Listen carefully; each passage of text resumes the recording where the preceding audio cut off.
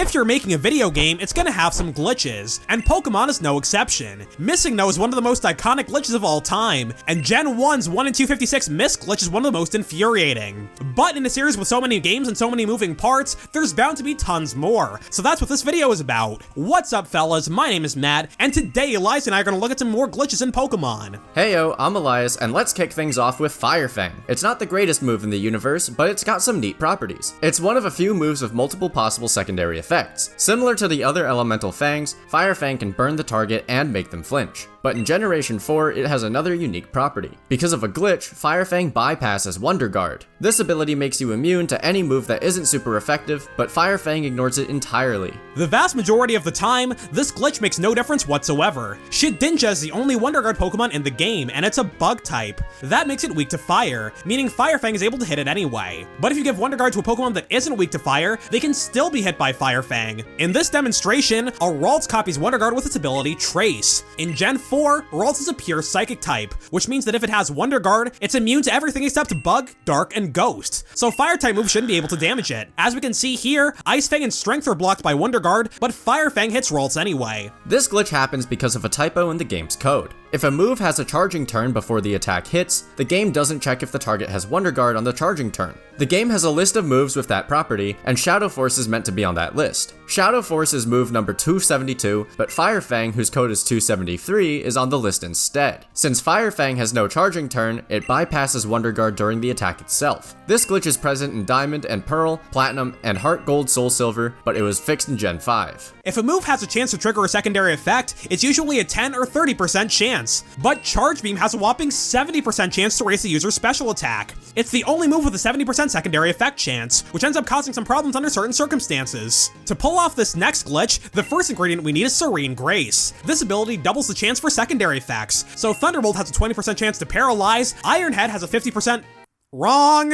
Iron Head has a 60% flinch chance, which is disgusting, and so on and so on. If you teach Charge Beam to a Serene Grace Pokemon, its chance to raise special attack doubles to 140%, which the game doesn't actually round down to 100. But we need a couple more moves to make the glitch happen. Fire Pledge, Water Pledge, and Grass Pledge are pretty underwhelming moves on their own. In a single battle, they're 80 power, 100% accurate, and they have no secondary effect. Before Scarlet and Violet, they were learned exclusively by starter Pokemon, which can all learn better stab moves. But if you use two of these moves on the same turn in a double battle, that's when things get funky. Today, we're only concerned with using Fire Pledge and Water Pledge on the same turn. When you do that, the faster Pokemon doesn't move, but the slower Pokemon will use a 150 base power Water Pledge. This combined attack creates a rainbow on your side of the field, doubling the chance for secondary effects. The rainbow effect stacks with Serene Grace, quadrupling the chance for Charge Beam to raise special attack. Well, that's how it's supposed to work at least. In a perfect world, Charge Beam's chance would quadruple, jumping from 70% to 280%.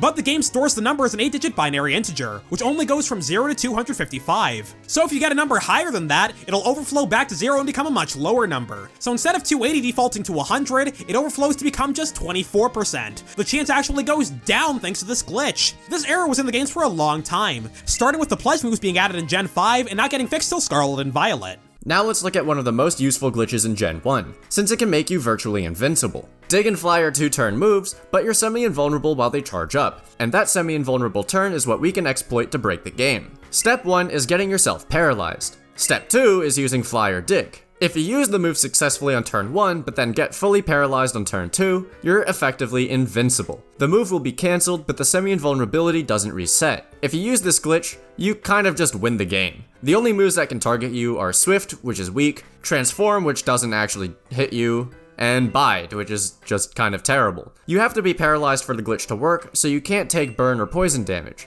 Your opponent could set up a Leech Seed or something before you activate the glitch, but let's be honest, they don't have a prayer. The glitch goes away if you either switch out or use Fly or Dig again without being interrupted by paralysis. This glitch is the reason Fly and Dig are actually banned in competitive Gen 1. Even though these moves are awful when they work properly, an invincibility glitch isn't exactly healthy for competitive metagame. Elias and I raced through Pokemon Red and Blue back in the day, and I came across this glitch organically during Lieutenant Surge's gym. I had a Charmeleon that knew Dig, and I activated the glitch by accident. Cause you know, it's an electric gym. Paralysis moves are naturally all over the place. Dig is also a really strong move in Gen 1 playthroughs, and Fly is a convenient HM to have in your party, so it's a pretty easy glitch to stumble upon. Here's a similar glitch that caused a move to be banned in Generation 5 tournaments. Sky Drop is a unique but pretty underwhelming attack. It's a 60 base power flying type move that takes 2 turns to execute. On turn 1, the user flies into the air, carrying the target with them. While they're in the air, both Pokemon are semi-invulnerable, but the target gets thrown down and takes damage on turn 2. In single battles, this move works just fine, but things get a little wacky in double battles. While 2 Pokemon are in the air during Sky Drop, a third Pokemon can use the move Gravity. This move immediately grounds every Pokemon on the field. If you use Gravity while a Sky Drop is taking place,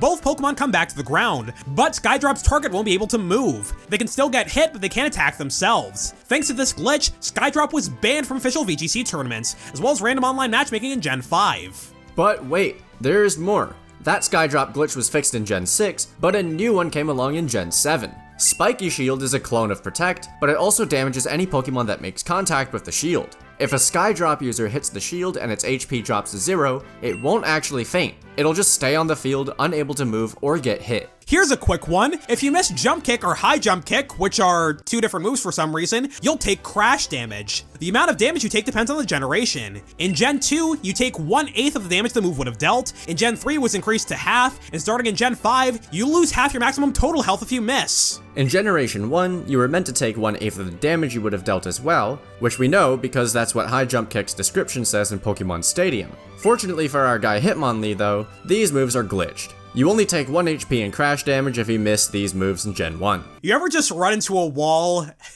at full speed and— I miss my flying high jump kicks all the time and stub my toe on the rock that I land on. I'm hurtling like 30 miles an hour through the air and I land and I just...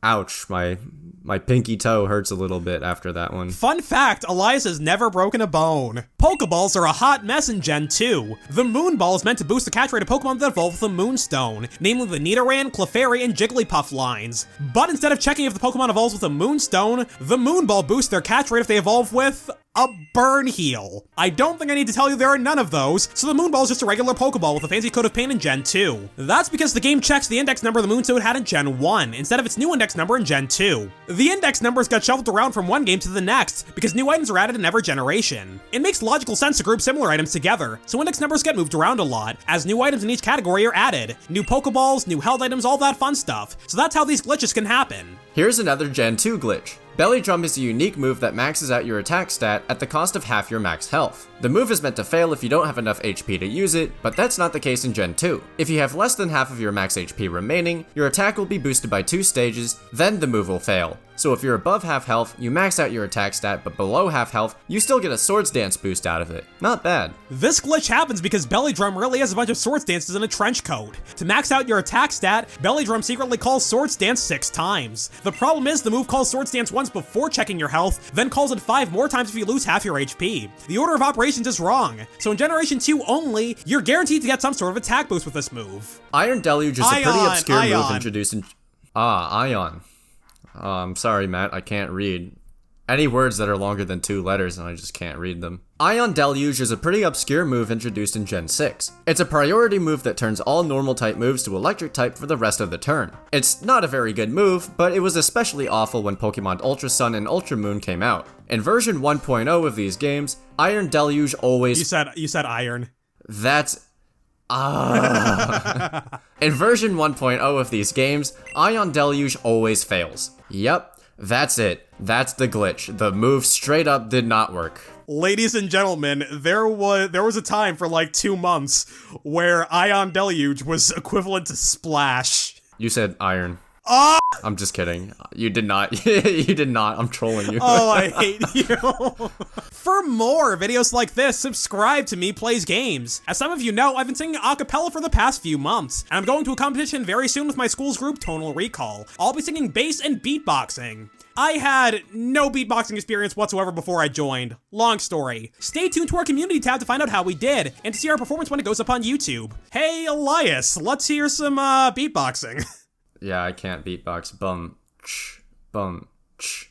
Boots and pants and boots and pants. There are several ways to make moves skip accuracy checks. Thunder and Hurricane will never miss if it's raining, Blizzard will never miss during hail or snow, and No Guard, Lock On, and Mind Reader can make any move hit. But in Pokemon Diamond and Pearl, doing any of these things had some unintended consequences. Let's say we have an Abomasnow that knows Blizzard. When it switches in, it sets up the hail with its ability Snow Warning. As you might expect, Blizzard won't miss, but it can also hit through Protect and Detect. If your opponent protects itself from a perfect accuracy Blizzard, the move will bypass the protection with inverted accuracy. Blizzard is normally 70% accurate, so it'll hit through Protect 30% of the time, which is just 100 minus the move's base accuracy. This glitch was fixed in Pokemon Platinum. Here's a glitch that came up in a popular solo run video here on YouTube. A few years ago, J-Rose11 beat Pokemon Emerald with only a Ditto. Rival Fivel! During the Norman fight, he used Transform to turn into Spinda. At one point while he was attempting the battle, he noticed he was doing a lot more damage than before. As it turns out, leveling up causes a glitch for transformed Pokemon in Emerald. When Ditto uses Transform, it copies most of the target's stats, with the exception of their HP. But if you level up in battle while you're transformed, you go back to using Ditto's original stats, instead of the stats of the Pokemon you transformed into. That wound up being helpful in certain battles, because Ditto was overleveled for virtually the entire playthrough. That meant that despite having a low base stat total, its stats were comparable to, if not higher than the Pokemon J-Rose was fighting. So in a lot of cases, it was beneficial to transform into another Pokemon to gain access to their moves, knock one Pokemon out, level up, and switch back to Ditto stats. This glitch is caused by the move Transform, not Ditto itself. That means that Mew can activate it as well. This glitch is also present in the other Gen 3 games. Rage is a pretty weird move. It's been reworked a couple of times over the years, but the general idea has always been the same. Each time you use the move in a row, it gets stronger as long as you're hit by an attack. In Gen 4, Rage is treated as a volatile status condition.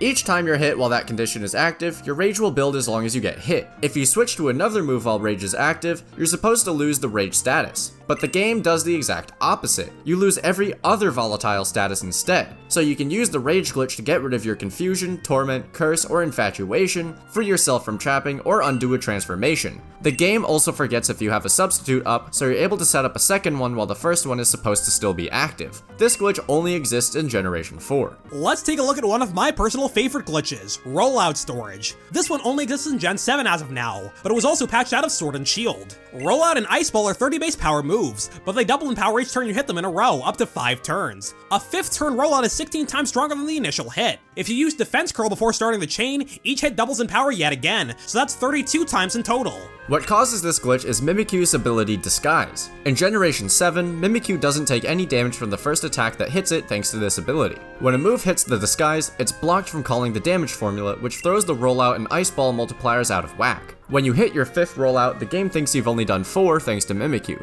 That means it's still holding on to the maximum multiplier. The glitch here is the fact that you could apply the multiplier to any other attack. If you use Defense Curl to double Rollout's power, you can use this glitch to make any move 32 times stronger. So Rollout Storage allows you to use a 2,880 power Thunderbolt, an 8,000 power Explosion, heck even Tackle becomes 1,120 power. If the glitch still existed, you could use it to make Last Respects a whopping 161,600 power, assuming your Pokemon have somehow fainted 100 times in a single battle. This glitch is so powerful, in fact, you can use it to deal 2 billion damage with a single attack. Check out my video on how to do it, link in the description. Before Rollout Storage was patched in Gen 8, you could also activate it with Ice-Q's ability Ice Face, as well as Mimikyu's Disguise. And that's all we got for today. Leave a comment if you've experienced any of these glitches for yourself, or with any other glitches you think we should talk about. Once again, be on the lookout for Tonal Recall's acapella set. We'll post a link on our community tab as soon as it goes up on YouTube. We'll see you all next time. Good night, fellas. Sleep well.